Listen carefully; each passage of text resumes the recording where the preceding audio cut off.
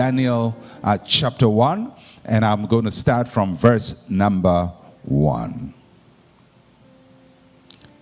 And it reads, in the 3rd year of the reign of Jehoiakim, king of Judah, Nebuchadnezzar, king of Babylon, came to Jerusalem and besieged it.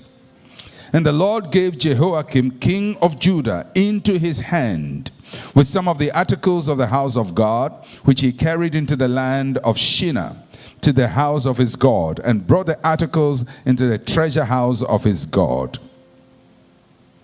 Then the king instructed Ashpenaz, the master of his eunuchs, to bring some of the children of Israel and some of the king's descendants and some of the nobles, young men in whom there was no blemish, but good looking, gifted in all wisdom, possessing knowledge and quick to understand, who had ability to serve in the king's palace, and whom they might teach the language and the literature of the Chaldeans.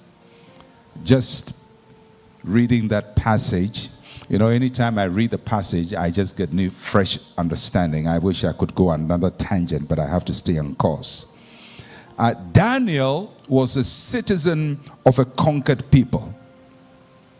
His nation had been defeated in war. He was a spoil of war. He moved from his nation, Judah, to Babylon. The interesting thing as you read the book of Daniel is the role God is playing in this whole equation. If God had to take sides, he should be on the side of Judah. But God gives Judah to Babylon. Babylon is a pagan nation, but God is taking his people into captivity in Babylon. And the Bible says that when Nebuchadnezzar conquered Judah, he took the articles from the house of God to the house of his God. But that was all in the plan of God.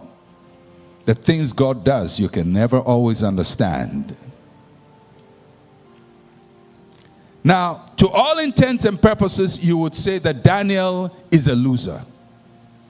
His nation has lost, his king lost, and to an extent, you say his God has been conquered. Because the articles from the house of his God is taken to the house of the gods of Babylon. Now, if you were Daniel, you would enter Babylon with a low self-esteem. Everything you believed in has been overcome. The God you trusted in seemed to have been conquered.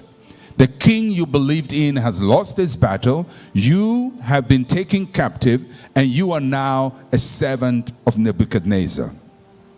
Yet in Babylon, Daniel rose to heights that he could not have attained if he had lived in Judah.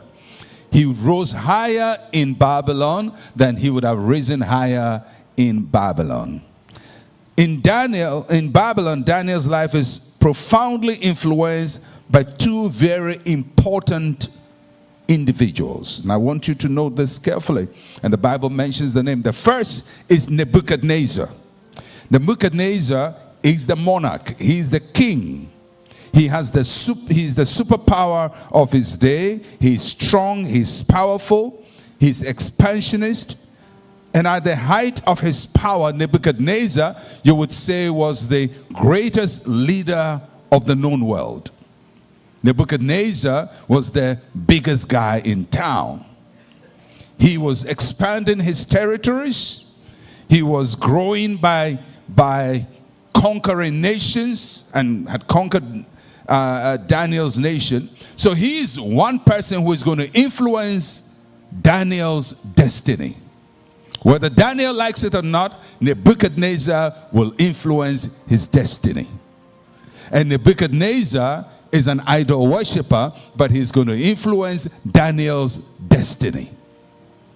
Sometimes God will make people influence your destiny whom you hate. You have to be open to the wisdom and the ways of the Lord. So you would think, well, Daniel should hate Nebuchadnezzar because this guy has conquered us. He hates our God. He hates us. But he's going to influence Daniel's destiny. The second person who is going to influence Daniel's destiny is a guy called Ashpenaz. Ashpenaz is a eunuch. but he is the mentor and the power mover around Nebuchadnezzar.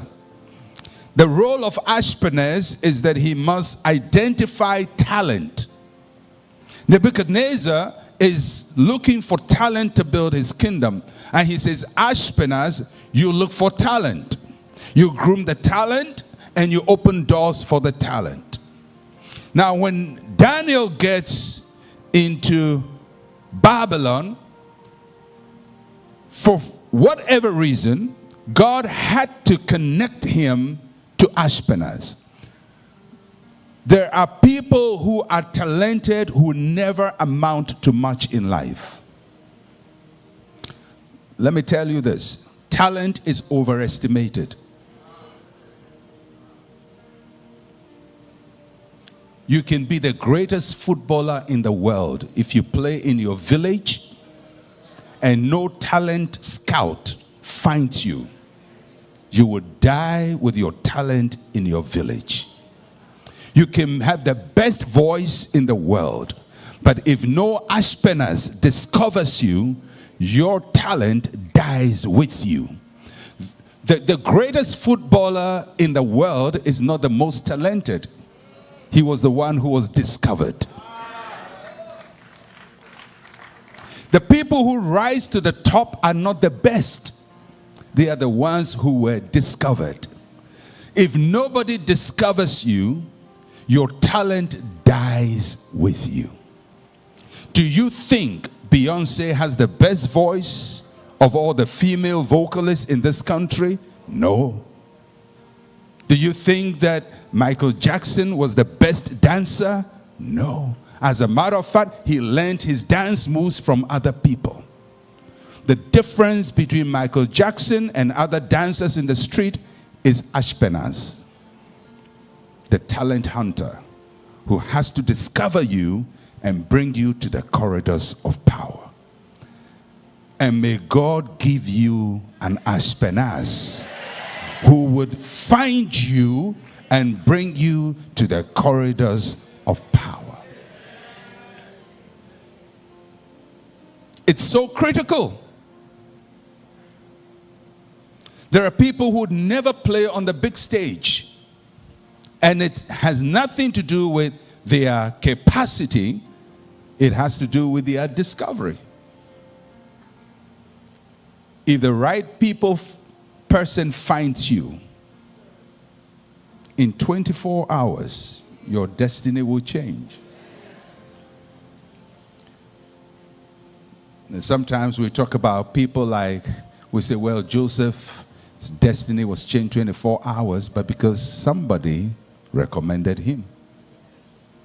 Without recommendation, he would dream and interpret dreams in the prison. He would be a prison interpreter of dreams. He would do it for prisoners, but that's as far as he goes. That talent can change nations, but it can be limited to prison. David was a great warrior, but Samuel had to discover him.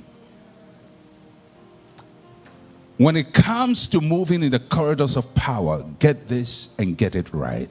It's not so much about your skill and your talent and your ability.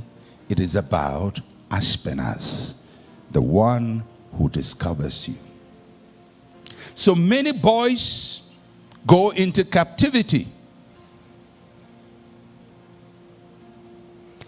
And in the days of Daniel, many boys. So the king says to Ashpenaz, go through the Hebrew boys and pick talent for me. So now the destiny of everybody is dependent on Ashpenaz. They have to catch his eye.